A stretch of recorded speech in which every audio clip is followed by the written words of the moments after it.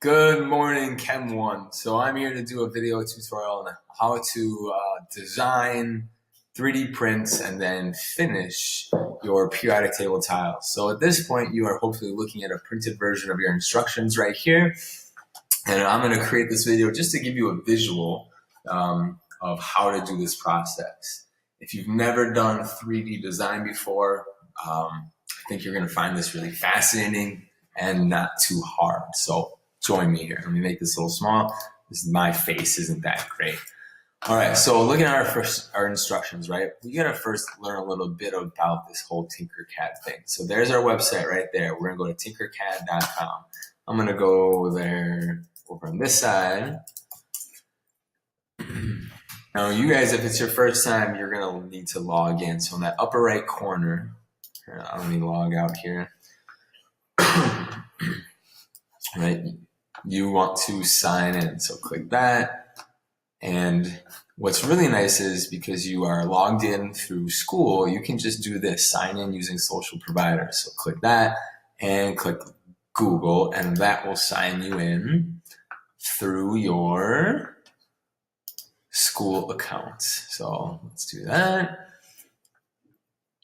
All right, so we are in the 1, 2, now we're on step 3. We are in our launch pad. We want to click the Learn button in the upper right bar. And then, now I've already done a bunch, so mine's going to look a little bit different than yours. You want to go to the starters. So click our starters. And what this is a set of tutorials that Tinkercad has put together to teach you how to use this 3D design software. So, number 4, familiar yourselves with designing 3D objects. So you want to start, right? We're starting tutorials with the place it. So I'm going to click that.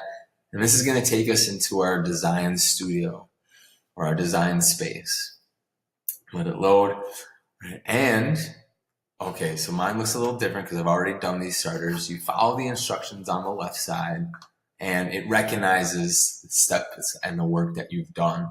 Your goal is to, I'm going to head back, do as many of these as possible. So back and learn and starters. There are 7 total. And the more you do of these starters, the better you're going to get at this. So you should do as many as you can.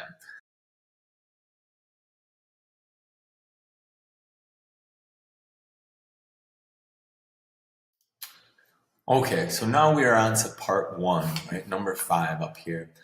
You need to get the code from your teacher, and your teacher is going to provide that code, an invitation code. And to enter that, you're going to click up here, your little face, and you're going to go to profile. And your profile is going to look a little different, but you'll have this option here which says enter invitation code. And you click on that. This is where you enter the code from your teacher, and that'll allow your teacher to have some access and see what you've been working on and to help you out.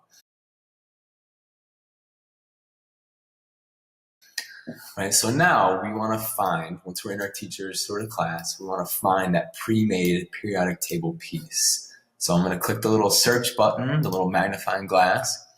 And this is important. What you want to do is you want to select people. You're going to look for me, Mr. Hunter. And so you're going to search for MR.HUNTER.AHS. So I'm going to type that here, Mr. Hunter.AHS, hit enter. This might take a minute. All right, Tinkercad is huge. There are literally tens of thousands of people who use this, so it might take a second. There I am. I have to scroll around. All right, so that's me. I'm going to click on Mr. Hunter AHS. And what's really cool is, right, you'll see my profile, that really awesome picture of me being a cool kid. I'm going to scroll down, and right there, periodic table tile. Not the example, but the tile, right? And that is what you want to use. So, right, you're going to choose copy and tinker. So you click on that, tinker this. Now, you're going to have an option for copy and tinker. This is mine. I already own it. When you say copy and tinker, what it does is it makes it yours. So it copies that 3D design and puts it into your profile, into your account, so that you can edit it. And now it's time for you to go to it. So moving on to step 8, right? you have worked with your teacher, your class, to establish a certain set of content or requirements that you want to put into your tile. It's up to you to decide how to do that. So I'm going to make this space a little bigger. Now that you've done the starters, you kind of know all the different things that this thing can do. So as you design your piece, some things to remember, zoomed in, right?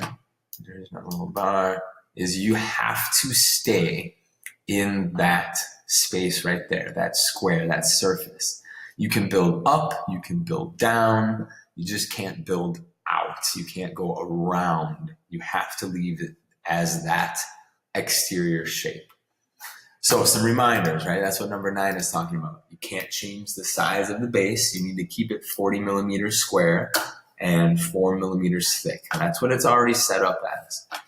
Right? Do not change those triangular shapes. That's how your periodic table piece fits in as a puzzle with all the others. But you can build up, right? And so the beautiful thing about 3D design is you can go in all 3 dimensions. And so you can build up. You can put different objects, different shapes. There's so many cool things hiding in here. You can add text, numbers. Okay? You can add whatever you want to get as many points as you possibly can. Now there is a hint right here, and I want to point that out.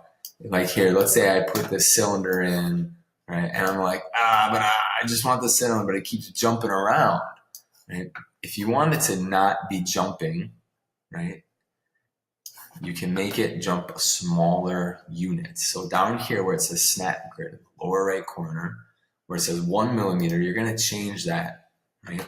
And I would change it to the smallest one, 0.1 millimeter, right? And that just makes it move in a much smaller increment. So you can really be precise about where you want to put something. All right, at this point, it's time for you to design your piece.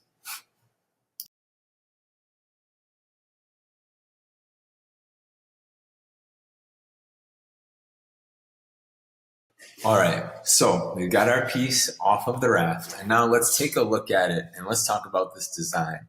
This design definitely has some flaws, right? The tree that I printed, right, was too thin, so you can see how it actually didn't print a solid piece in the middle there. Some of my features weren't big enough to really show, so making them more obvious would be helpful. And I think if I clean this up better, I could use a screwdriver or a little needle nose pliers to get in there. I can get rid of some of this extra stuff, this extra filament. That would clean up really nice.